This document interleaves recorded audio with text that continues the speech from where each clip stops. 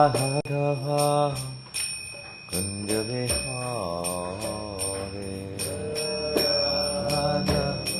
Madhava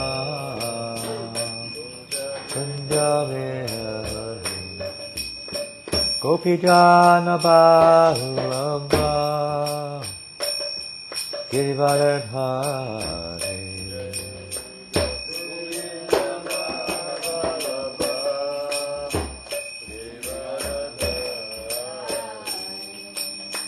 Gopijana Vallabha Girivardhari Vallabha Girivardhari Yasodanandana Rajajana Randana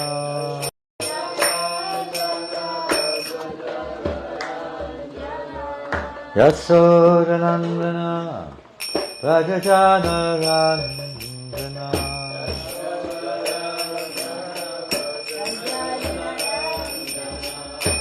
Yamuna Tira Vanachari Yamuna Tira Vanachari Yamuna Tira Vanachari Yamuna Tira Vanachari Jaya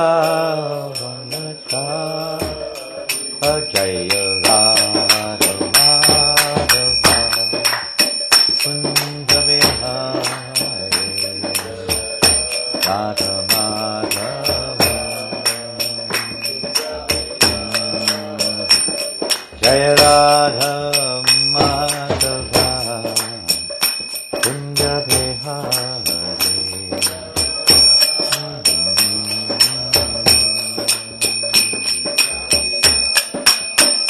Jaya Radha Madhava Kunja Vihari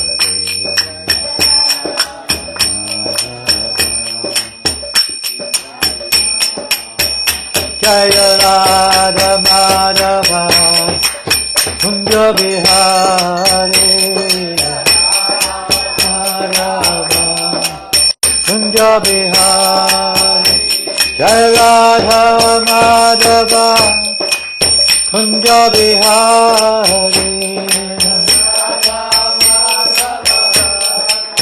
Kunja Vihari Jaya Radha Madhava Kunja Vihari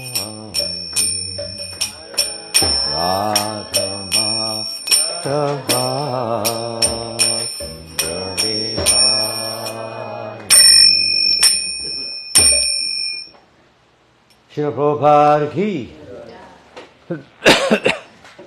Shri Shri Panchatattva ki Shri Shri Radha Madhava ki Pantaraj Srimad Bhagavatam ki jai. Go Premanandi.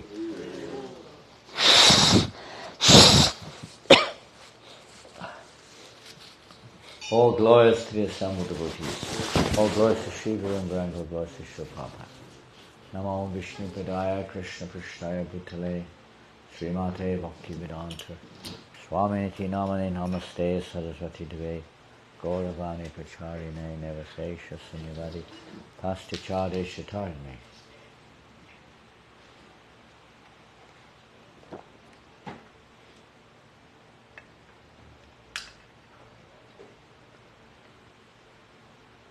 You plan to do the daily worship? Good. I gave some fruit to Ekanath to offer this morning. Very ripe fruit. Oh, he's here now. You got the ripe fruit?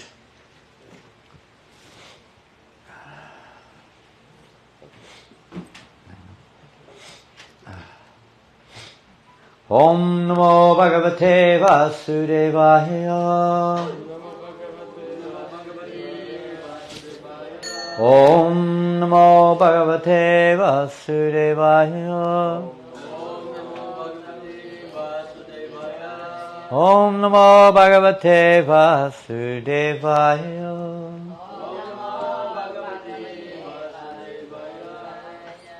We are reading from Srimad Bhagavatam, Canto 10, I believe, chapter 21. And which verse are we on? Do you know the verse number? 18. Pardon? 18. The marker's on, yeah, okay, could be. 18. Okay. 10, 21, 18.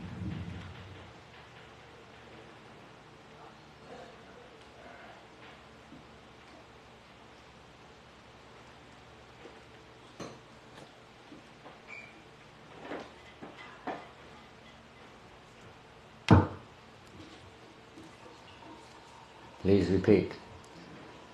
Hantayam Adrir Abala Haridasavayo Yad Ramakrishna Charana Sparasha Pramodaha Manam Kanoti Saha Go Ganayos Tayor Yat Paniya Suyavasa Khandara Khandamulaihi Hantayamadrir Abala Haridasavaryo Yad Ramakrishna Charana Sparasha Pramodaha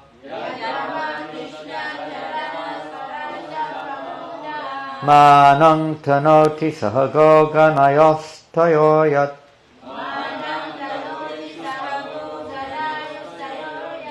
Paniya Suyavasa Khandara Khandamulai.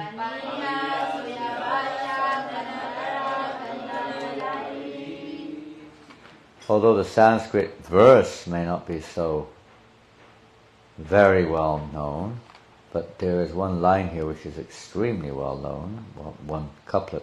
Haridasavarya. You'll see in the purport why. Hantaya madre abala haridasavaryo.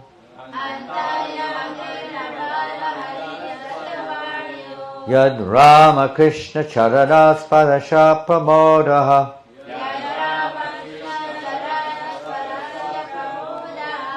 Manam tanoti sahago ganayas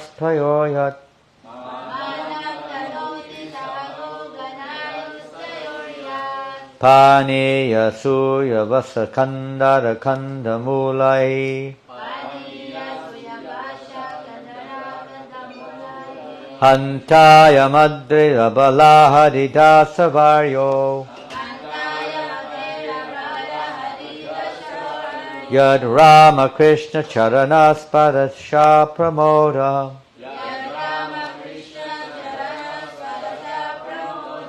Manang tanoti sahago ganayastayoyat.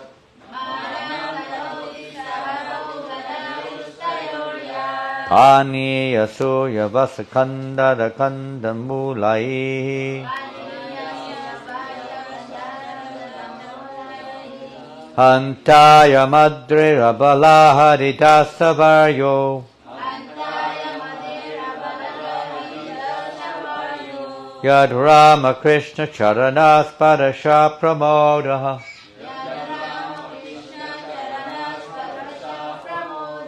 Manam tanoti sahago ganayastayoyat. Paniya suya vasakandara kandamulai.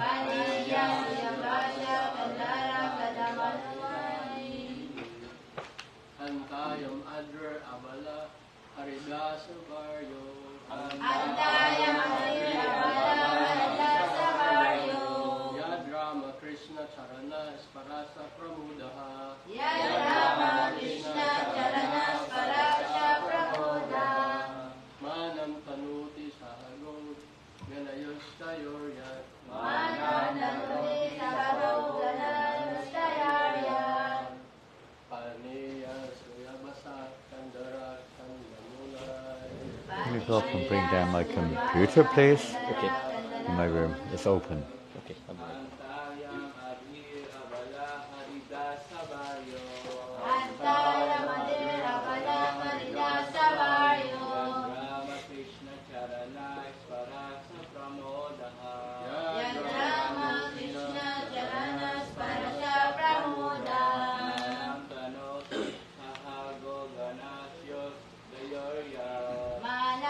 No pikara go no gano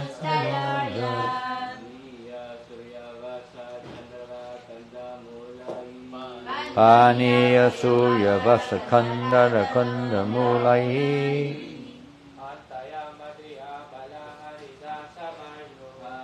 Keep it here.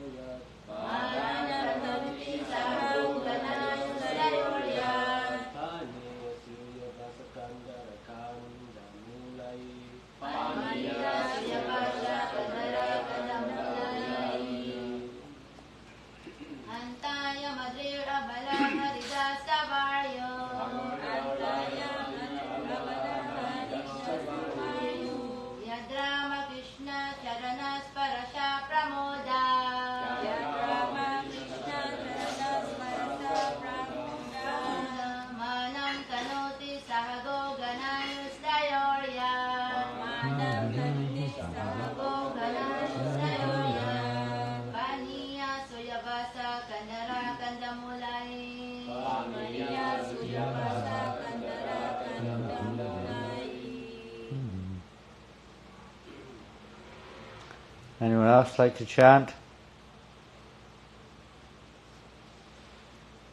All at once? No.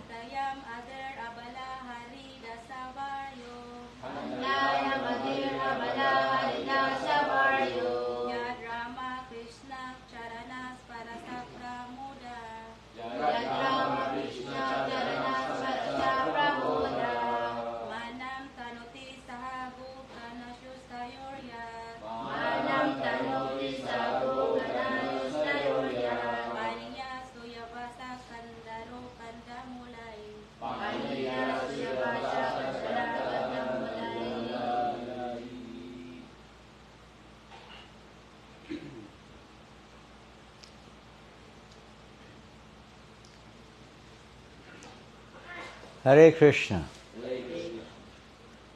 Okay. Just give me a sec.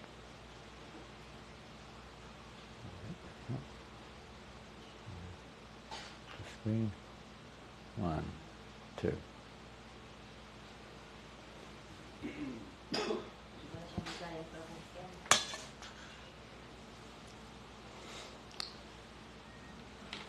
Hanta. Oh, I am this. Adrihi, hill. Abalaha, oh friends. Haridasya Vayaha.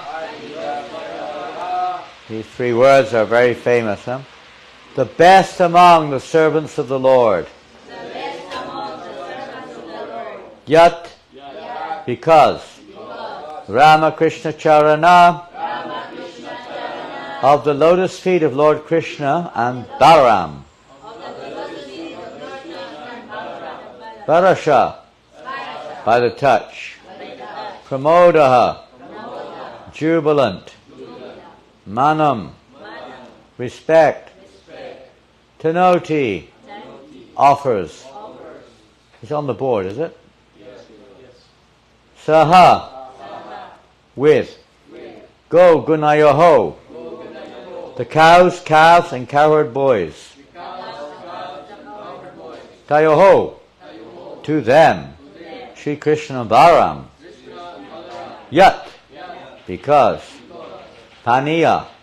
With drinking water. Suyabasa. Very soft grass. Kundara. Caves. Kandamulaihi. And edible roots. Translation and purport. Of all the devotees, this Govardhan hill is the best. Oh my friends, this hill supplies Krishna and Balaram, along with their calves, cows, and cowherd friends, with all kinds of necessities. Water for drinking, very soft grass, caves, fruits, flowers, and vegetables. In this way the hill offers respects to the Lord, being touched by the lotus feet of Krishna and Balaram.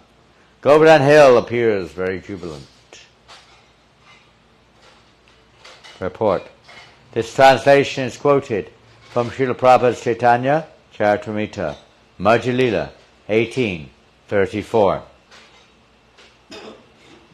I didn't have time there just to quickly look up that verse, but if someone has a mobile computer or something with them, just quickly look that verse up. Let's see if there's any purport. Continuation of the purport here. Srila Vishwanath Chakravarti Thakur explains the opulence of Govardhan hill as follows. Paniya refers to the fragrant cool water from the Govardhan waterfalls. You don't see this now. Sometimes in the rainy season you'll see some, let's say, manifestation of some of these eternal features of Govardhan, some of this eternal service which Govardhan renders, but hardly seen nowadays. As you may know, Govardhan hill, due to the curse of Pulastya Muni, is gradually disappearing from external sight. A mustard seed, height of a mustard seed every year. Every year, every day. Every day. The height of a mustard seed, or the size of a mustard seed, something like that. Every day diminishing in size. And now it's not very tall. By general standards, Govardhan hill is hardly considered a hill.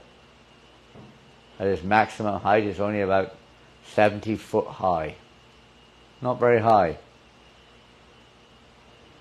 And practically that's not considered a hill by Western standards. But it is a hill, it's very long. Yes. Like 10 kilometers long, 22 kilometers around, something like that. And because it's beyond mundane definition, beyond any measurement from a materialist. It's like Brajdam. You cannot really measure the Dham. We give some relative figures for the sake of, you could say, geographical purpose or our own travel purposes. We need some kind of reference point, directions, so we can go here and there. But hardly speaking, as we know, the whole Dham, Goloka Dham, even the Dham when it manifests in this world, is immeasurable. It's immeasurable. Material measures. Only Maya can be measured up to a point. But the spiritual realm is immeasurable. Govardhan Hill is immeasurable. What can we see? We can hardly see anything with these material eyes. Only that which the Lord or the Lord's devotees care to reveal may be so-called seen by us. I've been to Varshan. It was only 25 kilometers away from Vrindavan. Very close. I've been to Vrindavan. It was only 100 kilometers from Delhi. And only 30 from Agra. Not very far away. Yes, isn't it? I have gone to Radhakund. It is, 40 meters by 40 meters. I don't know what it is. Whatever it is. I have bathed in Radhakund. I have circumambulated Govardhan Hill.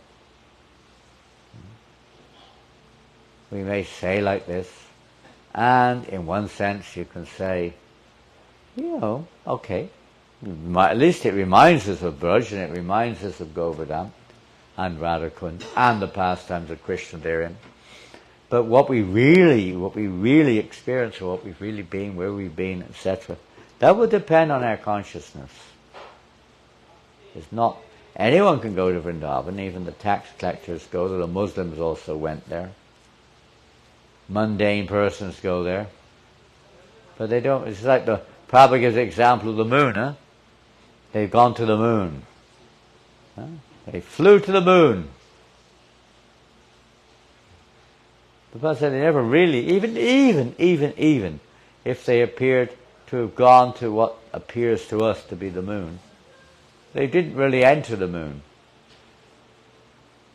They haven't got the eligibility to enter in. Prabhupada wrote his book, what to speak of the mundane world, what to speak of the spiritual world. They can't even enter the moon, what to speak of Goloka Vrindavan or even Gokul Vrindavan. No, even Kamsa, he didn't really enter into Vrindavan. It was all on the surface, on the external plane. These pastimes were seen and taking part, but he didn't really enter in. Or the demons who he sent. Kamsa never went anyway. The demons also only really on the surface. They have not got the eligibility to enter in to the Dham. The Dham is absolutely transcendental. One has to be totally pure to enter into the Dham in reality. By the grace of pure devotees, we may get the chance to see or to have a glimpse of that Dham, or to understand a little bit about that Dham, to become purified by their grace. They have the eligibility to take us in.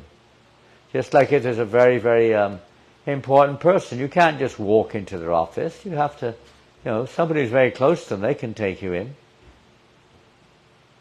But we can't just walk in. It's not like that. Even if you do, you'll be probably escorted out again. You won't necessarily have the real opportunity, the real association. So, by the grace of pure devotees, this is made available. Anyone who does, even whatever's manifest within mundane vision, even that is purifying, and anyone who comes in contact with that, knowingly or unknowingly, at least is the beginning or the stage of their advancement in Krishna consciousness. Just like when a devotee or person sees the Harinam party, they have no appreciation sometimes, no understanding. Same with the books. But it's that they get great benefit. They may not have transcendental realization or transcendental, let's say, vision of any kind, but they get great benefit. It's the beginning of that process of coming to that platform, of being eligible, as you know, to the eligibility to enter in the spiritual world ultimately is the mercy of the Vaishnavas, the mercy of Radharani, and all the devotees. Ultimately, Krishna's mercy. Maybe the eligibility to enter in to the actual Dham, they may not have come to that point, but the beginning stages are there. So I'll read the rest of the translation. Paniya refers to the fragrant cool water from the Govardhan waterfalls, which Krishna and Balaram drink and use to wash their feet and mouths.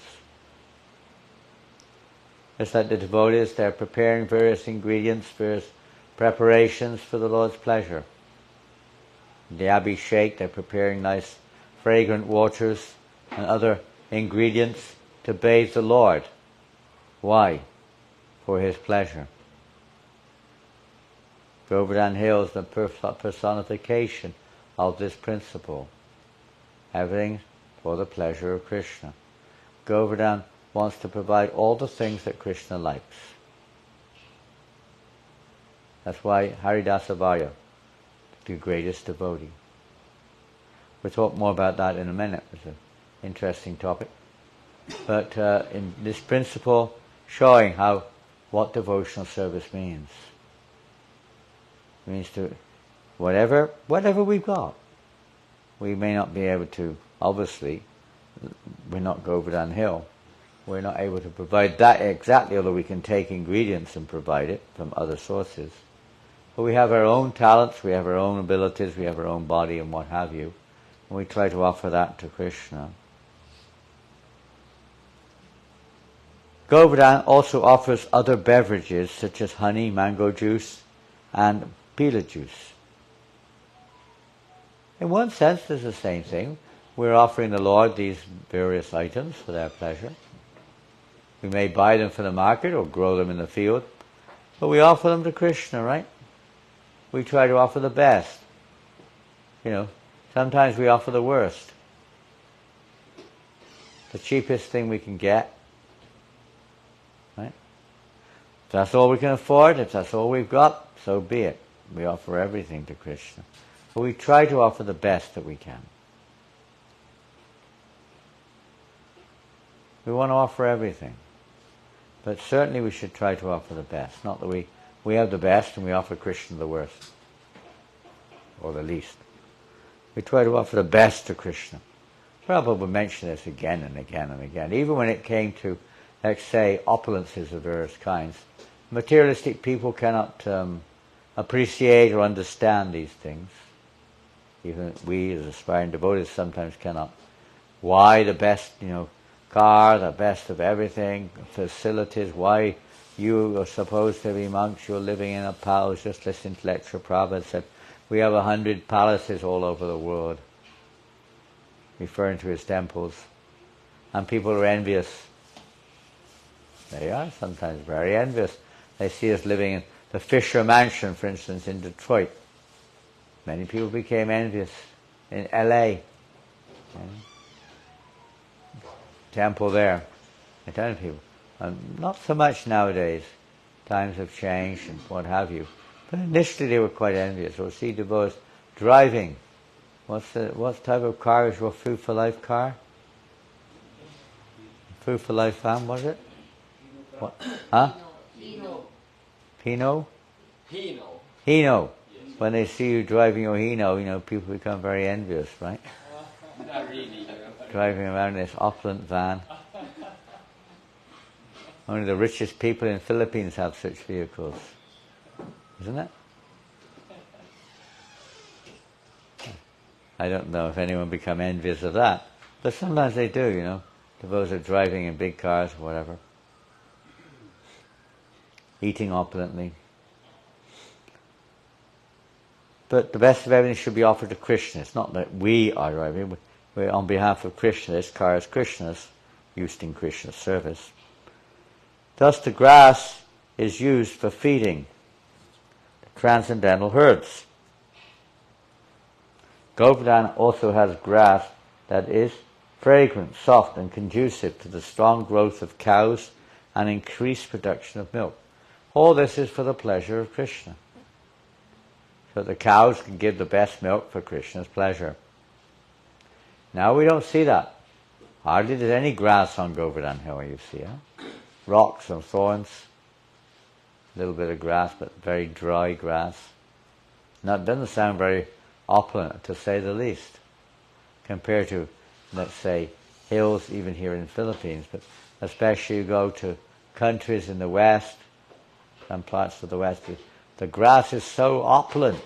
It's like very dark green, and greener than this carpet. Right? You've seen, maybe. Sometimes they have perhaps some grass here in the mountain areas like that. Very succulent. The milk, for instance, when we go to Cornwall in England, the milk that comes out the cows, because the grass is so succulent, so opulent. The milk is solid. You can eat the milk. It's cream. It comes out like almost cream, solid cream. It's so rich. You have to eat it with a spoon. Cornish clotted cream. It's like incredible.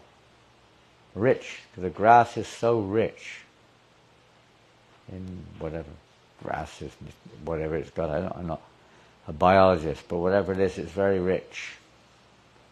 So one can imagine when Mother Yasoda wanted to make the milk sweets for Krishna, because Krishna was stealing the sweets from next door neighbors. So she thought maybe it's because he's not satisfied with the sweets that her thousands of nurses were making for Krishna. So I will make the sweets. So she chose, of all her herd of 900,000, the 100 best cows, and fed them the best grass from Govardhan Hill, with the richest milk that exists. And she made the milk sweets herself from that milk. Everything was for the pleasure of Krishna. Every devotee means one who is only thinking of the pleasure of Krishna. We can look at it like that.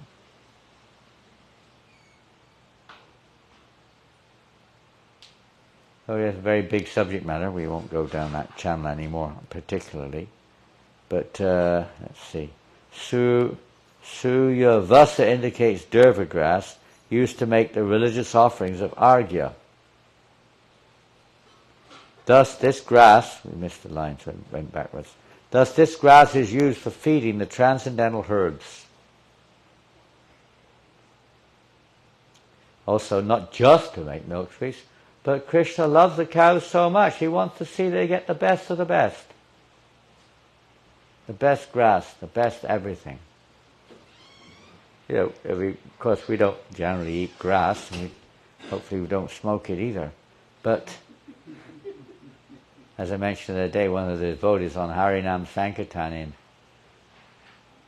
Kalaokan had a t-shirt on, "I love grass." Right on the Harinam Sankirtan. Maybe become a cow in the next lifetime, if we're lucky.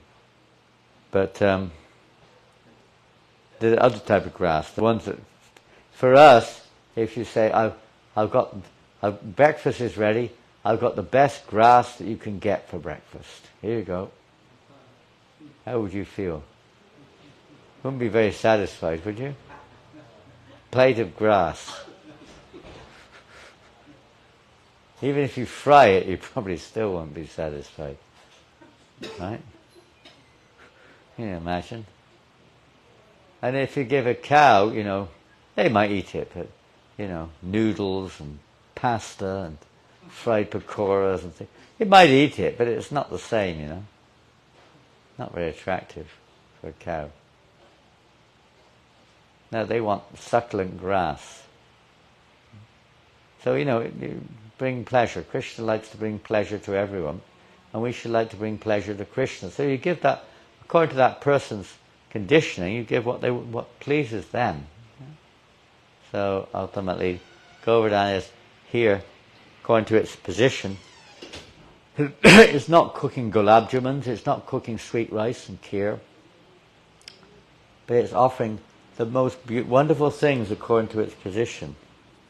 All the ingredients actually for all of these preparations are, in one sense, Govardhan Hill is providing the means for these ingredients to be produced.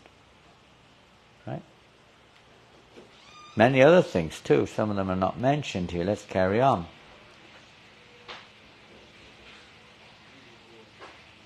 Kundara refers to the caves where Krishna, Balaram and their friends play, sit and lie down.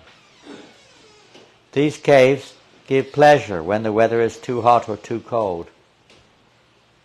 Caves have this, of course, in this material world they may not quite fit the say the position of or what was mentioned here, but in principle, yes, they give shelter. They generally are warmer in the winter and cooler in the summer, or even now, generally. They're natural shelters.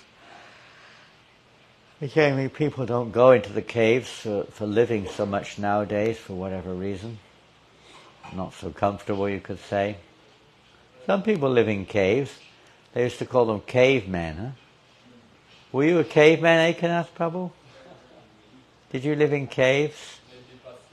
Is it not this lifetime? Huh? Back to Seva, were you a caveman? Same response.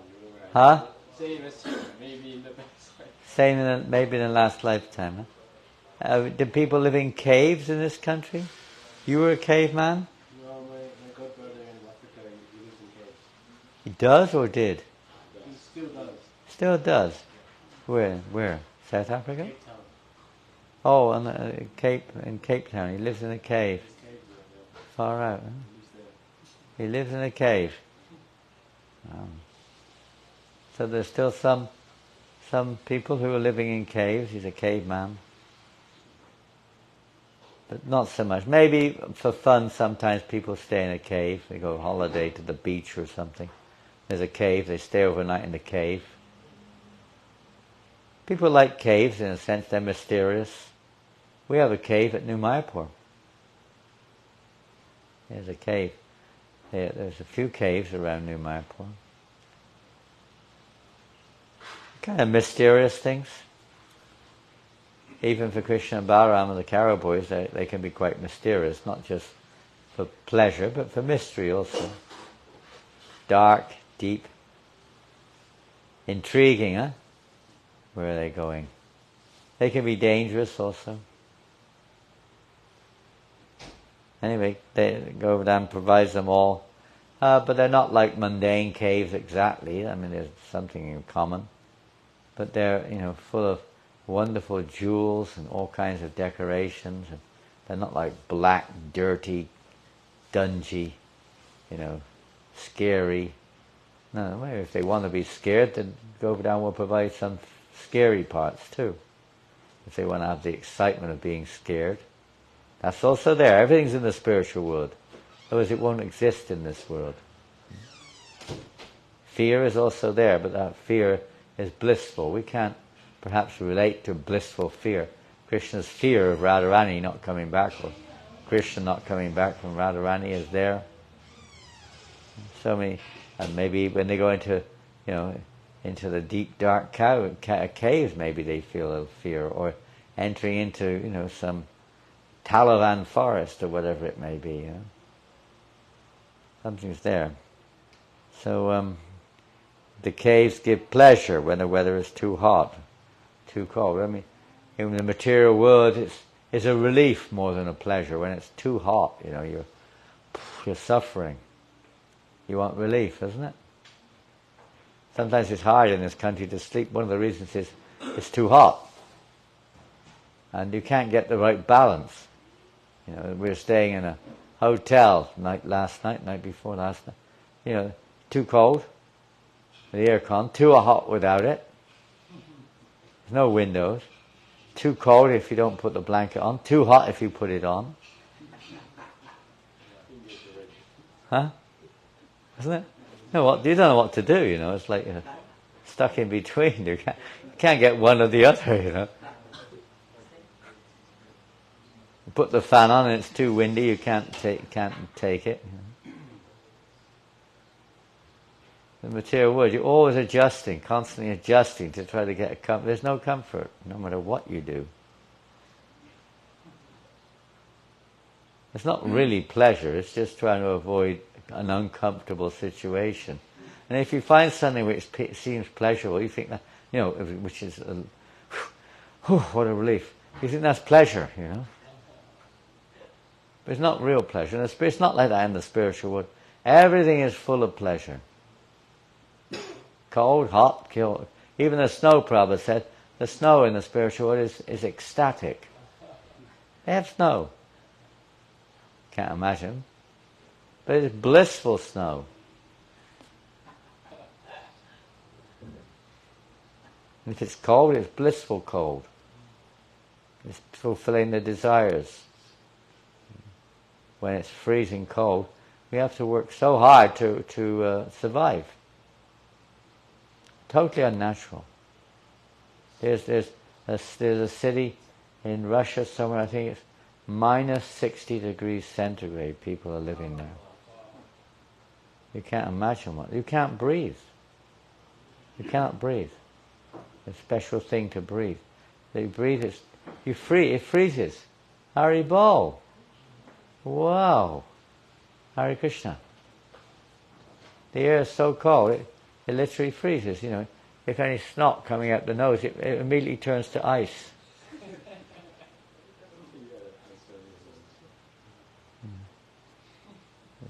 It's totally inhabitable. And people are living there. what, I can't remember, some mine or something. They're mining some valuable things, But it's really not meant for humans to live.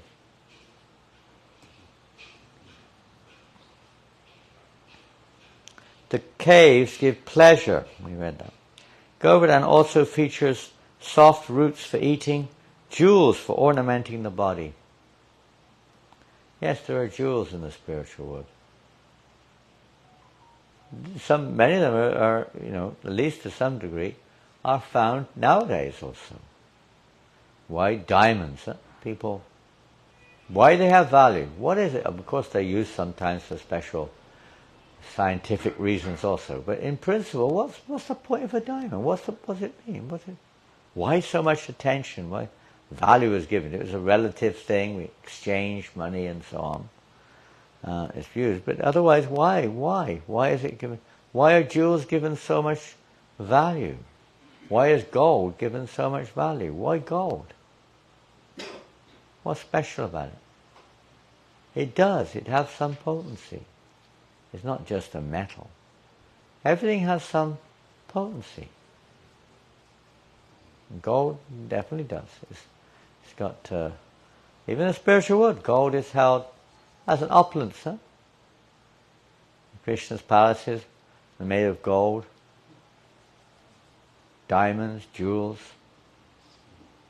pearls, marble. Even marble amongst stones.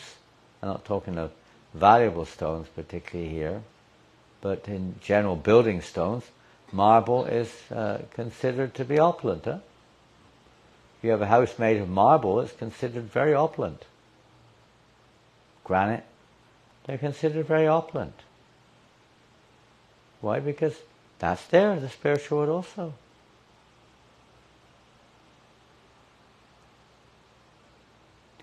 Govardhan provides flat places for sitting, and lamps and mirrors in the form of smooth stones. They reflect the light. They even give off light. The jewels in the spiritual world are not dead in the sense that they are in this world. They reflect light in this world for sure. I don't know if there's any jewels that are self-effulgent in this world, are there? No? I don't think so. Maybe, I don't know. But in the spiritual world, if needs be, they give off light. They're not just lifeless. The jewels, the stones, everything is life. Everything's alive in the spiritual world. It's alive.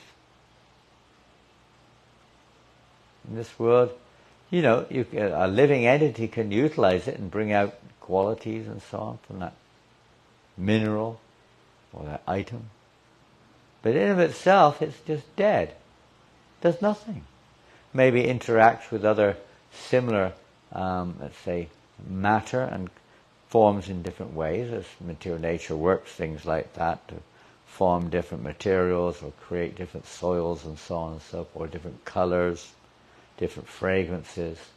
But in of itself, it's not able to do that. It's the workings of the material energy or other living entities within material energy that cause the, whatever it is, the effect.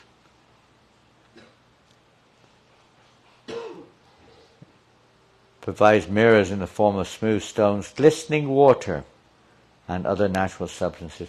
When you go to a waterfall sometimes, when we arrived, or maybe leaving Cebu yesterday, there were lots of pictures of waterfalls. Now, they're attractive, right? People like, which is more attractive? The dirty, murky water of the Pasig River, or the beautiful, clear water of a nice waterfall? The pond at the bottom of the waterfall. Which is more attractive? Usually it's like that, isn't it? It has a natural attraction, doesn't it? When you see dirty water with garbage floating in it, and it smells bad, right? Is it attractive? Not really, is it? Maybe some living entities are attracted to that. A lot of people live on the bank of this type of water. Certain persons, for them it seems to be of some kind of, maybe they have no choice, I don't know. But some people choose to live in these places, for whatever reason. Some kind of a choice, some animals, but especially those in the mode of goodness. So imagine those in transcendence. Those in the mode of goodness like to live in beautiful lakes. Even those who are not do. My brother, I wouldn't say he was in the mode of goodness, but my brother lives on a beautiful lake in England. He's got a boathouse on the lake, you know. He's got his boat, is on there on his boathouse, living not doing anything, just living there, fishing, going out on his boat, relaxing. Not going to last much longer. He's 80 years old now. I don't even know if he's still there. I haven't heard for a few years. I did actually, we messaged last year. But yes, he is. But people think this is like, but the winter is damn cold. You can't do much. It's not like this. It's not like it becomes unlivable and everyone has to leave Vrindavan in the winter or something. It's every moment is ever increasing bliss. No matter what it appears from a mundane eye. Just like even now we go to Vrindavan, from a material eye, Bajki Shore, what does it look like? From a material eye. You were there.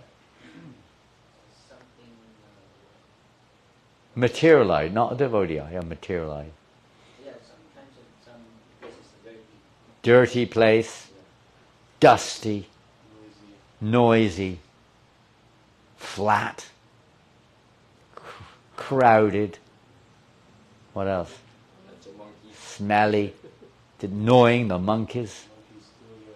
Stealing and pester, those pesky monkeys. Beggars, thorn bushes. Huh? Huh? Horns. Everyone blowing their horn, driving like crazy. What else? Locals worship cow stool. Cow stool everywhere. What else? Hot. Sometimes it's so hot it's unbearable. Mosquitoes sometimes. Dusty. Right? Everything's, let's say, doesn't work. You go in a place, the tap doesn't work, the electric, get electric shock when you put your heater on the water, you put it in there. Short-circuiting. Doesn't sound materially very attractive, does it? Broken buildings, garbage, hogs. Don't see so many now.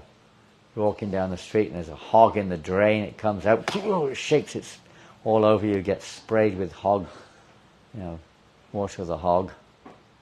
Snarling dogs. Cows and bulls everywhere, knock you flying sometimes. Now they've cleaned up the Jamuna. Previously the Jamuna was like, many devotees would not swim in the Jamuna. So externally looks so contaminated. It doesn't look like the spiritual world, or at least a mundane vision of the spiritual world, does it? Materialists try to create an imitation of this, don't they? They try to imitate the spiritual world. But we don't see... Now a little bit in Vrindavan they're also doing, but it's not really very much. But for a pure devotee, he sees what we don't see. It's like Prabhupada when he took his first disciple, Kirtanananda, to Vrindavan, 1967. And he was saying, Prabhupada, why is it all so... you have this kind of dream picture, You're kind of like excited. You can't kind of relate to it very easily sometimes without deeper understanding. He said to Prabhupada, why is it so dirty here? Why is everything so dirty? I was looking at pictures the other day of Vrindavan when I first went there, 75, 76. It's amazing when you look at it. The Parikrama path. The whole path was just, there was not a single road, it's just a dusty track. And there was like a whole picture that going all the way along past Madam Mine, like a picture, like half a kilometre. There was only about 5 people on the Parikama path. A couple of cows, about 5 people. There was water all the way along. Maybe the rainy season. Grass everywhere. And dusty, sandy track. Bit different now. Bit different.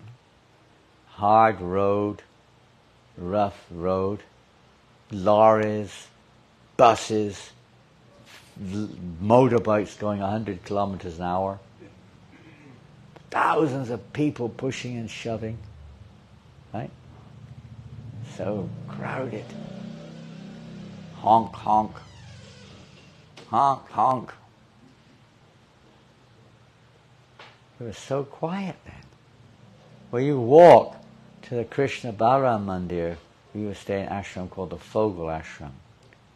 Walk in the morning, you could hear a pin drop. It was so quiet. Occasionally you could hear a peacock, crow, what do they call? Singing? I don't know what you call them. Who can imitate a peacock? Caw, caw. I'm not very good at peacock imitation. Oh, that's pretty good. That's pretty good. That's pretty good, yes. You must have been a peacock in your last life, huh? I was a pig in my last life. I can grunt very nicely. Or maybe a dog. I can bark well too as well. Good bark. Yeah, you occasionally hear that.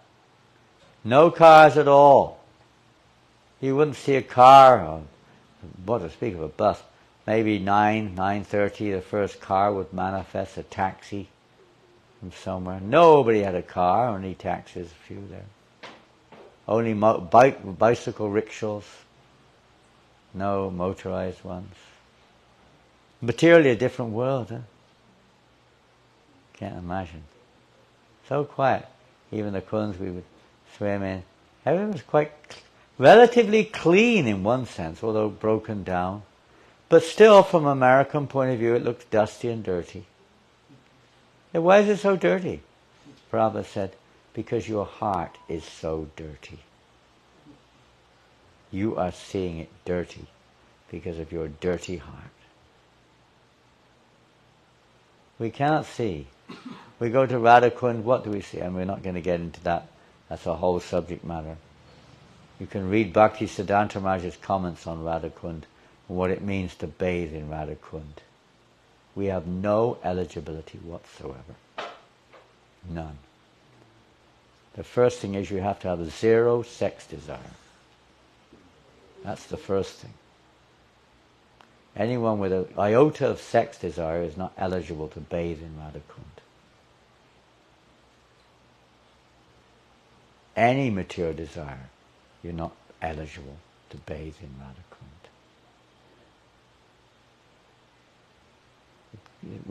By the mercy of the pure devotees, we're able to get that association.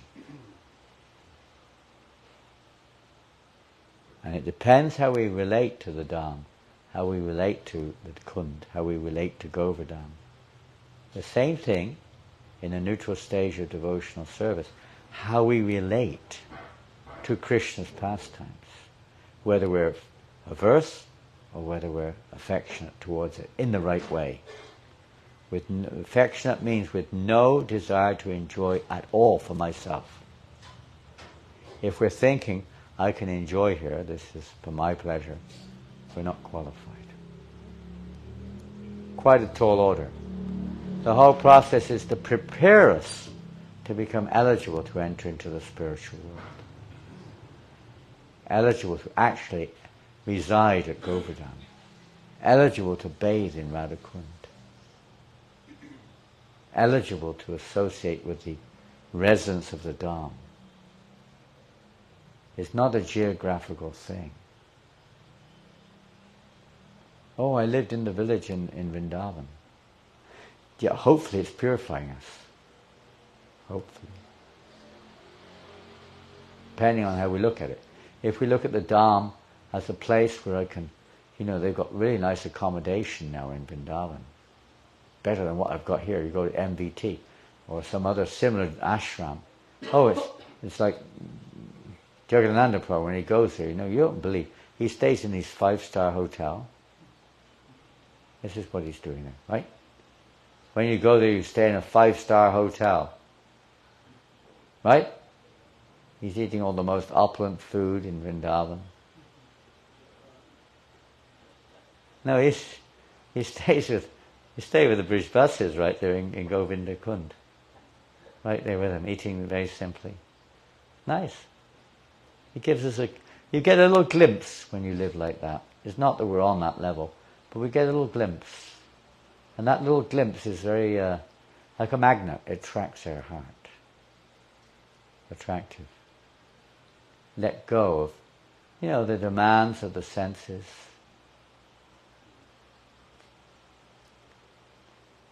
Stop complaining. Stop dreaming of the Western world, or whatever you want to call it. Stop dreaming of pizzas and pasta. Accept what Krishna gives. Stay whatever he provides. We may not be on that level, but to some degree. And, if our attitude is right, the Dharma may reveal itself. To the degree that we're surrendered. We're not there to adjust the Dharma to our liking. There's a degree of that in the sense to attract people, as they try to keep it clean, of course. That's part of devotional process anyway, cleaning. Tidy things up, repair things. Part of the, also part of the process. Prabhupada very much wanted us to repair things, to make things nice. He wanted to have nice facilities in the Dham, to attract Westerners mainly. Prabhupada created these dhams, let's say embassies which we could go to, for the Westerners, not for everyone, of course, but specifically for Westerners. They would come there and get, with the right association, the right teaching, a little understanding of what the Dham means. What is Govardhan Hill? Mundane people cannot even at all appreciate it. They might appreciate the accommodation if it's good. They might appreciate some nice behavior if there is some nice behavior. They might be intrigued by fascinated by the lifestyle, maybe. Taking pictures of the idols, if they're allowed to.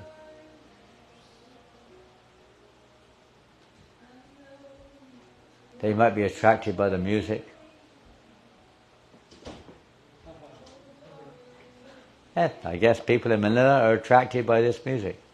Now there's another thing, you go to Vrindavan now, which never wasn't there in 76. So loud, isn't it? The music people play. And it's not even devotional half the time. Some loud popular music blasting out across the road from some video shop or whatever it is. Incredible. You can get every type of food from all over the world now practically, isn't it, in Vrindavan? Shops selling this, shops selling that.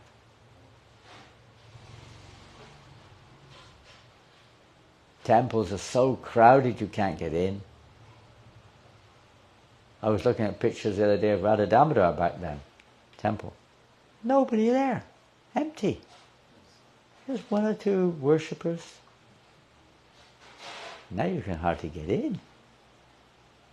Radha Damodar, what to speak of the Bunka Bihari Mandir. So crowded. Yeah, actually, the Bunka Bihari temple has always been the most crowded. Huh? It never used to be so crowded. It's nothing like. Mostly the Radharaman is that pilgrims going around the various temples, and regular servants there, the strict Gaudiya Vaishnavas, those who are in the line of Gopal Bhatt. It's not like the Bunka Bihari. People come from all over Rajasthan, all over Haryana, Gujarat, everywhere to go. Gujarat particularly. Visit the Bankabihari temple. It's like really packed. You can't stay long. It's like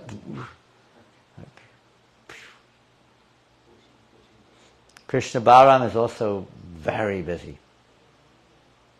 Now you have the Prem Mandir, it's also very busy. But that's different, that's more of a tourist attraction. Huh? Tourists are coming by the busloads to Vrindavan. There's not so many Western tourists, although that's also there, but mostly Indian tourists. Huh? From Delhi and here and there. And the whole idea, Prabhupada's desire was, we are going to show them a little glimpse of that spiritual world. The devotees come, they get a glimpse of the spiritual world. As was mentioned yesterday, when one devotee in the beginning, I think it was Mahatma Prabhu, said in the beginning you get this kind of taste, and then it's sort of, so you get that little taste. That's the idea. Not the taste of the pizza. When you say, what do you remember about Vrindavan? Oh, they serve really good pizza in the MVT. That's not the taste you're supposed to get.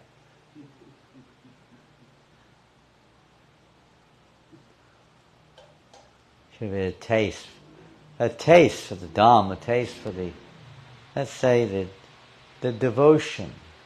Like we hear at Govardhan Hill, the Haridasavarya, the greatest devotee, the selfless devotion, the dedication, the non-enviousness, whatever we can perceive with our limited capacity and understanding, but something which is, going to spur us on in our spiritual lives. Not you go there and start gossiping, finding faults, Go there to find a partner. Some people maybe that wasn't their original intention, but sometimes it becomes their agenda. Go there to play tennis. I see devotees playing tennis in Vrindavan. It's a euphemism, or Huh? you mean they're really playing tennis? Yes, really.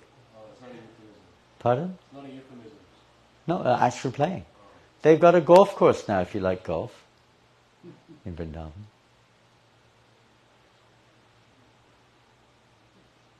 But that's not what we go there for. Why do you go to Vrindavan?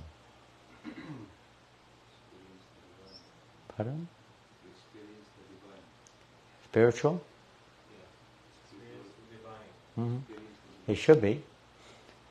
Prabhupada actually wanted, obviously everyone's different and there's so many different levels of devotional service. He wanted the devotees to follow in the footsteps of the 6 Goswamis. We can't imitate, but that spirit of renunciation. Obviously not the real renunciation that they manifest, Raghunath Das Goswami, is another level. But the principle given by the acharyas that we should follow. An example. That's the taste. That's why parikrama is very, very wonderful. Nowadays parikrama may not be quite so austere. Pretty austere. Well, in the early time when the parikrama started, not talking of going and coming every day, but walking around Braj. Everyone's sick. Pretty austere. No proper food, no proper accommodation, walking hot, barefoot, no question of sandals, on the red hot sand. Pretty austere. We're not saying you should do that, by the way, but it was quite austere. I found that one of the effects of going on parikrama is and chanting at the same time. It really is. It's almost like the price to enter into the Dham. For those who are still on the bodily platform, this is one of the, purifications, realizations. You go on the parikrama now, 800 devotees. By the time you get to the spot, everyone else has left it. There's a temple you go in. It's like a huge queue. You're hanging out there behind everyone.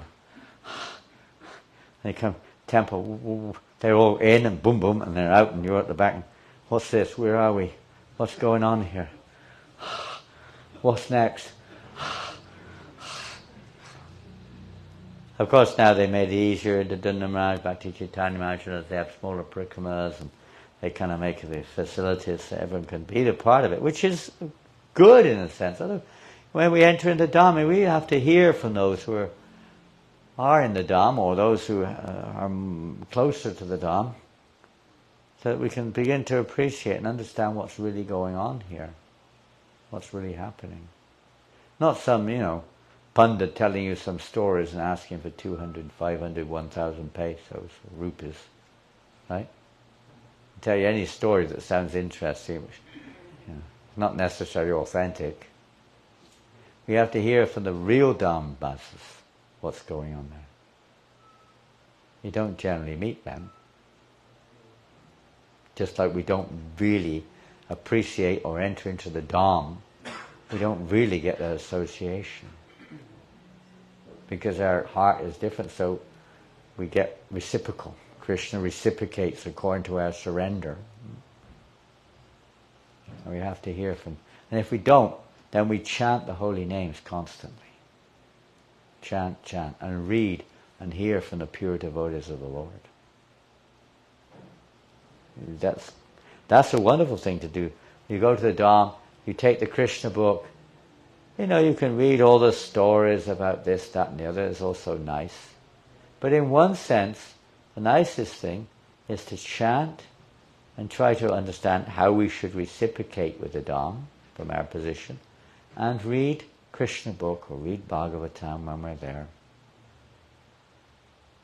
It's the system which we were doing Prabhupada's time. That's what we didn't know anything. You could go on and on. This is such an unending subject matter, and time is passing. We've got to finish now. I wanted to read some of the statements of Raghunath Das Goswami and Vishwanath Chakravarti Thakur, so I got the computer, but it's no time. Shri Giri Govardhan Ki Jai. So, Hare Krishna. And it is, even though we may have all these limitations and shortcomings and disqualifications, it's still an incredible experience which remains indelible in the heart when one is fortunate enough to go, from our position at least, to Govardhan, to circumambulate Govardhan Hill, to take darshan of Radhakund and Shyamakund, isn't it? Of Manasi Ganga, of Haridev, Govinda Kund, all the various kunds which are, by their mercy, manifesting to some degree, even in our vision. It's still there, it's the tip of an iceberg. But nonetheless, it's the tip of an iceberg. We're not eligible to enter into the whole. But at least that tip is giving its mercy. Little hand coming in. Take hold of it, be respectful. Don't take it like a holiday resort or a swimming pool.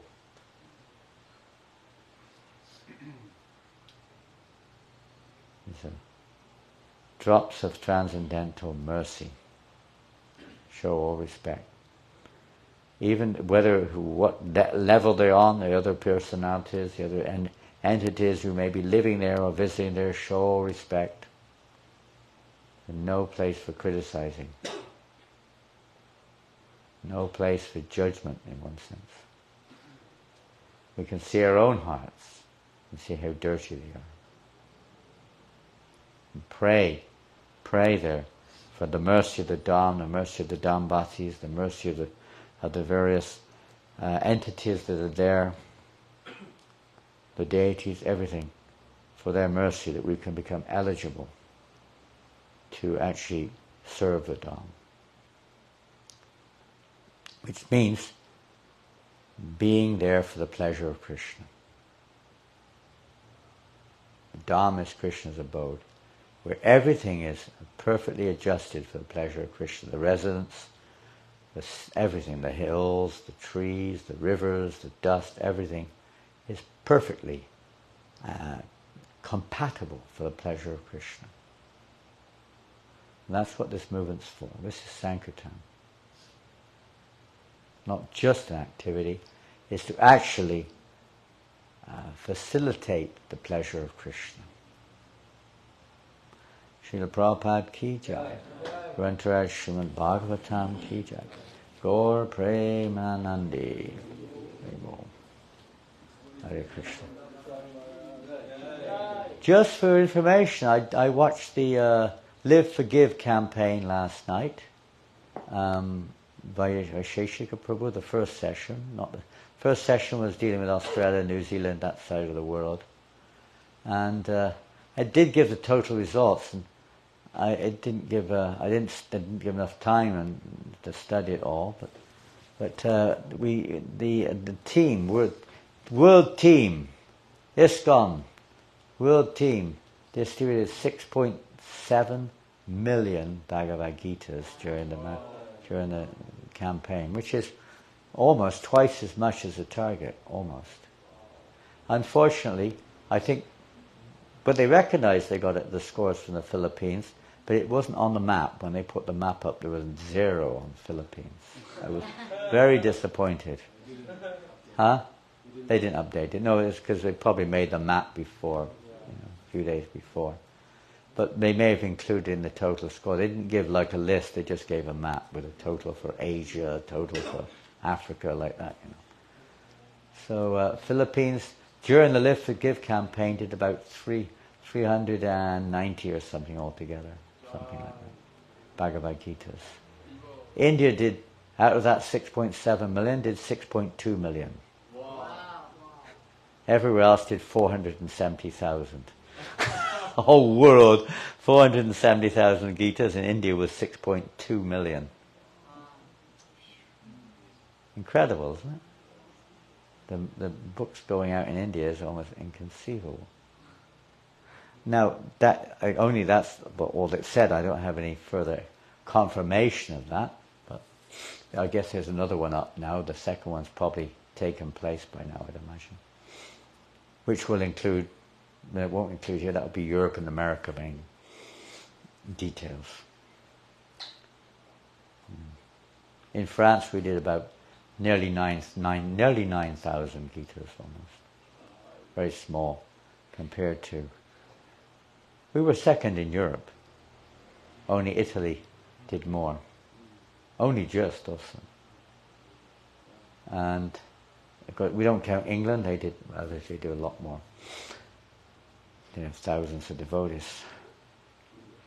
But next year, we're going to have accurate recording for one thing.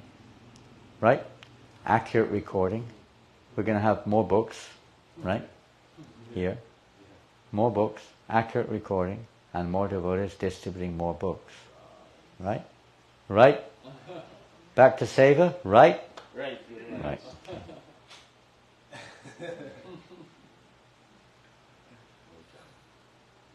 In most places, the secret is many devotees distributing.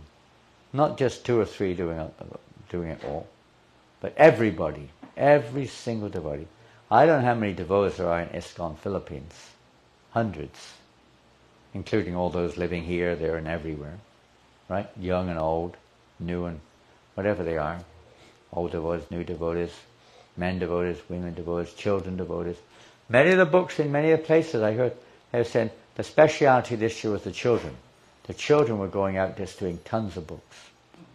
They may be given away, I don't know what they do. Distributing books. Kids. Supervised. Some of them said, well, in France we have quite a few older devotees going out, even amongst the top book distributors. And they're all different things. But many devotees, like hundreds of devotees. Sometime, I think it said there were like 400 devotees who took part in the marathon distributing books. That's the secret. You get everybody doing something. Jagadananda Prabhu, if he's here next year, will do some Bhagavad Gitas. If you're here. You're not living in your cave in Govardhan.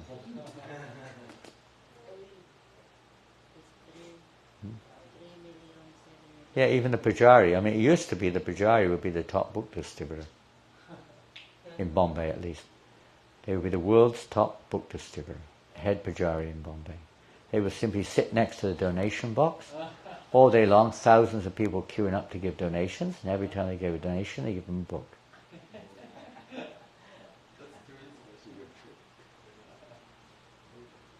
Yeah. Different ways. Small, depending on how much they give, a big book, a small book, a medium book, if you can see what they're giving. You don't get so many people coming here giving donations, but different ways of thinking how to distribute more of Srila Prabhupada's books.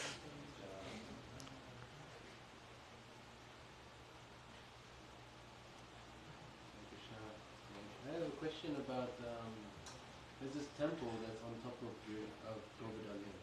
Yeah, Gopal. Yeah, and usually all Vaishnavas, they have two conceptions of Govardhan Hill, either Haridas or Haridev.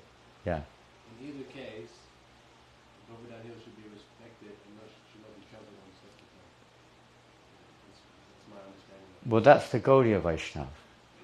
Those devotees are not in the Gaudiya Vaishnava line. They're mostly in the Nimbarka Sampradaya. Their followers, well, the deity of Gopal, of course, was taken to Gujarat, Nathdwar, worshipped there, mostly by the Nimbarka Sampradaya.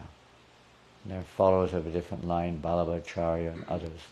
And they have a different approach. They're supposed to be, they take it maybe a little lightly. Some of the local residents also walk over Govardhan Hill with their herds, etc. So in the name of service, sometimes that may happen also. The mood is supposed to be the mood of service to Gopal. It's like Lord Chaitanya's servant Govinda. You know the story from Chaitanya Charitamrita? Stepped over Lord Chaitanya to serve him. But to serve himself, he would not. He fasted. He stepped over the Lord's body in order to serve the Lord, but he fasted. He wouldn't step back to take prasadam. So it depends on, your authority, your spiritual authority. It's like bathing in Radhakund. Spiritual master may tell the disciples, you bathe in there. When we talk about bathing, we mean from our perspective. And others may say, don't. We were talking about that with chanting japa yesterday. Some gurus may say, manasika japa is the only way. It says in the scriptures it's 1,000 times more potent. But if the spiritual master says otherwise, it's not. So it's a matter of being, the authority and the situation. The Gaudiya point, Lord Chaitanya did not step on Govardhan Hill. So we're Gaudiya Vaishnavas. We're trying to be. We follow that mood. But we don't criticize others. Whether it's right or whether it's wrong, we don't criticize. Krishna's like Prabhupada said that with the Brijbasis. We don't criticize. Even though they may be doing things we don't understand, whether they're real Brijbasis or whatever they are, it's not our business to judge. But we don't criticize. They may be smoking. We don't criticize. They were chanting Radhi, Radhi, Radhi, Radhi, Radhi. Prabhupada said we don't do that. Prabhupada never did that. Even if they said Jai Radhi, he would say Hare Krishna. We're not qualified. Even in Kirtan, it's not right. And Prabhupada would stop us if you're going on Radhi, Radhi, Radhi. He would stop it immediately. What is this? Didn't tolerate it. We're not qualified for that. Radharani is not just something we enjoy because you like it. That's the opposite of Radha Seva. Opposite. It's against. We're following in the footsteps of our line, not someone else's. They may have another relationship. We don't criticize. We don't undermine. But we follow our line. Particularly Srila Prabhupada. We follow his teaching. introducing all kinds of new songs because they're sung in Vrindavan by different lines or local devotees. It may be perfectly okay, but it's not what we're supposed to do. We're not supposed to do that. Bear that in mind in the kirtans. You see it on the kirtan mailers, no one's doing anything about it. All these things are going on. The testing point is, would I do this if Srila Prabhupada were sitting in front of me? That's the test. Just think like that.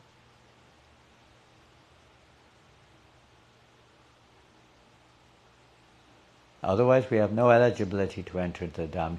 We're not going to the Dham to enjoy. We're not going to the temple to enjoy. We're going to the temple for change. Oh, that's not even the goal we mentioned yesterday. To change our heart is only the preliminary part. To control our senses, preliminary. We're not going there to look like flamboyant, whatever, showmen. I think Krishna is attracted by our hairstyle, our dress, our, whatever, earrings, etc., etc. Not at all. Attracted by the heart. Even if those things are there, they may be there, sometimes that happens, but that's not the real thing. It's the heart.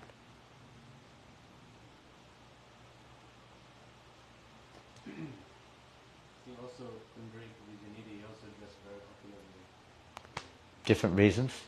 Maybe the opposite reason. He wasn't dressed opulently to attract sense enjoyers. Well, he was there dressed opulently, keeping them away, basically keeping false devotees away. They thought he was no good for nothing, just not really a devotee at all, so nobody would bother him. That was one reason. But he's the greatest devotee. Lord Chaitanya considered him his own father. Bop, or Bop means father. Sometimes they disguise themselves in odd ways. But sometimes the opposite way, like, Vamsidas Babaji, for instance. Complete opposite. He looked like a madman. Everyone thought he was a madman. Totally eccentric. And maybe we have a few of those around here. Not quite that eccentric. And on the other side, just be dressing very opulently or something, to think this way, I will be very humble because people will think I'm not a devotee and so on and so forth. We're not on that level either. Everything was, ultimately, they act according to the will of the Lord. What their part is in the Lord's plan, so to speak. We have our own plan. We act according to our own plan, many times. Our own likes and dislikes. An incredible story about. I think that was the most exciting drama we ever took part in, was the Pundarik Vijayanidhi drama.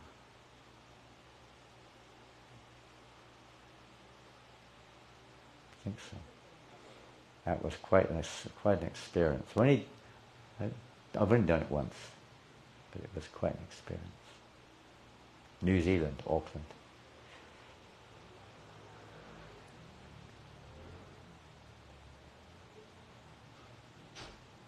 Pundarik Vijayanidhi.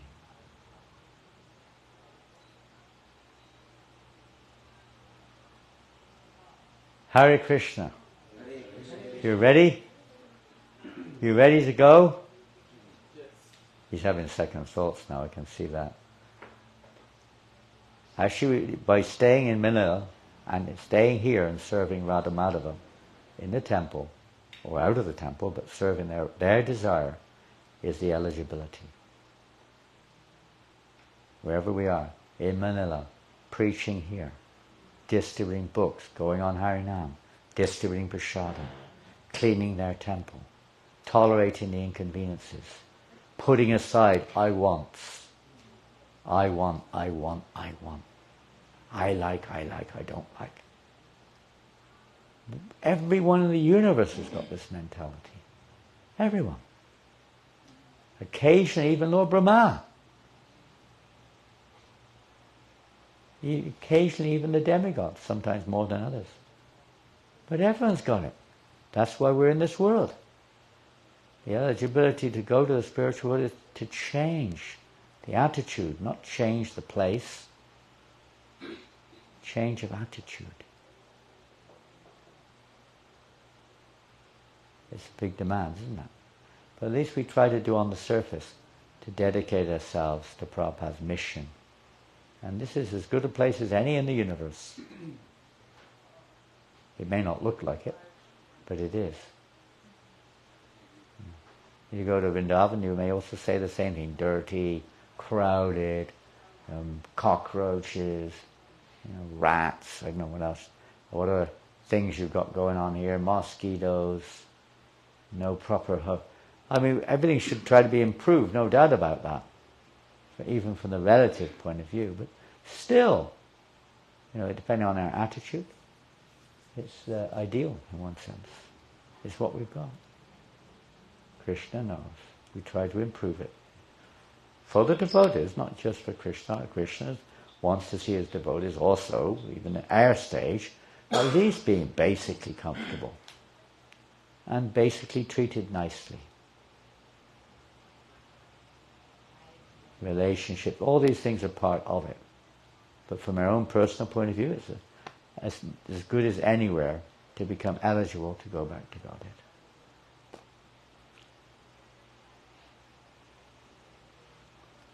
Shri Shri Radha Madhava ki jai.